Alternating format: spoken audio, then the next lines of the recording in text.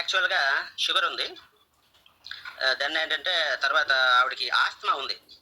ఏ season అంటే winter season వచ్చిందంటే ఇంక ఆవిడ చనిపోతుందేమో అన్నంత ఆయాసం అట్లా వచ్చేసి ఇంకా మాకు తెల్లవార్లు నేను అప్పటికప్పుడే ఈ 24 అవర్స్ అపోలో ఉంటుంది కాబట్టి అక్కడికెళ్ళి డెరిప్లిన్ టాబ్లెట్స్, ఇన్‌హేలర్స్ అండ్ ఇంజెక్షన్స్ తీసుకొని నైట్ అంతా ఆవిడ కాపలా ఉండేవాళ్ళం. అటువంటి సందర్భంలో సరేలే ఆయన చెప్తున్నారు పోనీ ఒకసారి చూద్దాం అన్న ఉద్దేశంతో తీసేసుకున్నాను. తీసేసుకొని ఆవిడ వాడిన తర్వాత ఇప్పటికి 1 ½ ఇయర్ అవుతుంది. ఈ రోజు వరకు ఆస్తమా అంటే ఏంటో తెలీదు.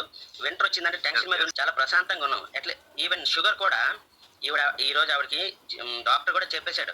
షుగర్‌కి మీరు ఇంక మందులు వాడాల్సిన అవసరం లేదమ్మా. Asthma exactly super sir. Asthma విషయంలో మాత్రం చాలా బాగా పనిచేసింది. ప్రాబ్లమ్ ఉండేది. దాని నుంచి నేను ఇప్పుడు కంట్రోల్ అయ్యాను. అలాగే మా అమ్మ తమ్ముడు, మా మేనమామ ఆయనకి షుగర్, బీపీ వల్ల హెవీగా మెడిసిన్స్ వాడటం వల్ల 2 కిడ్నీలు ఫెయిల్ అయిపోయాయి. ఇంకా మేము పరామర్శకు వెళ్ళిపోయాం వాళ్ళ ఇంటికి. ఇంక చనిపోతాడు అనే ఉద్దేశంతో అందరం ఫ్యామిలీ పరామర్శకు వెళ్తున్నాం. వాళ్ళ అబ్బాయికి గత 1 మంత్ బిఫోర్ చెప్పాను. ఒకసారి వాడి చూడొచ్చు కదా, నేను వాడుతున్నాను, మా అమ్మకి బాగున్నది అని చెప్పాను. కానీ వాడు నమ్మలేదు.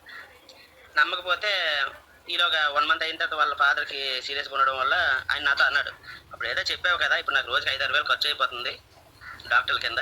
ఎగ్జాక్ట్‌లీ కంప్లీట్‌గా వాక్ చేసుకునే ఉంటున్నాడు. ఆయనకి తిరిగి వాళ్ళు ఏమంటున్నారంటే వాళ్ళు నన్ను తిడుతున్నారు తిరిగి. ఎందుకంటే ముసలాడు కదా ఇట్లా అల్లరి పెట్టేస్తున్నాడు. "ఒరేయ్ నువ్వు చేసిన పనికి చచ్చినోడు బ్రతికాడురా నాయనా"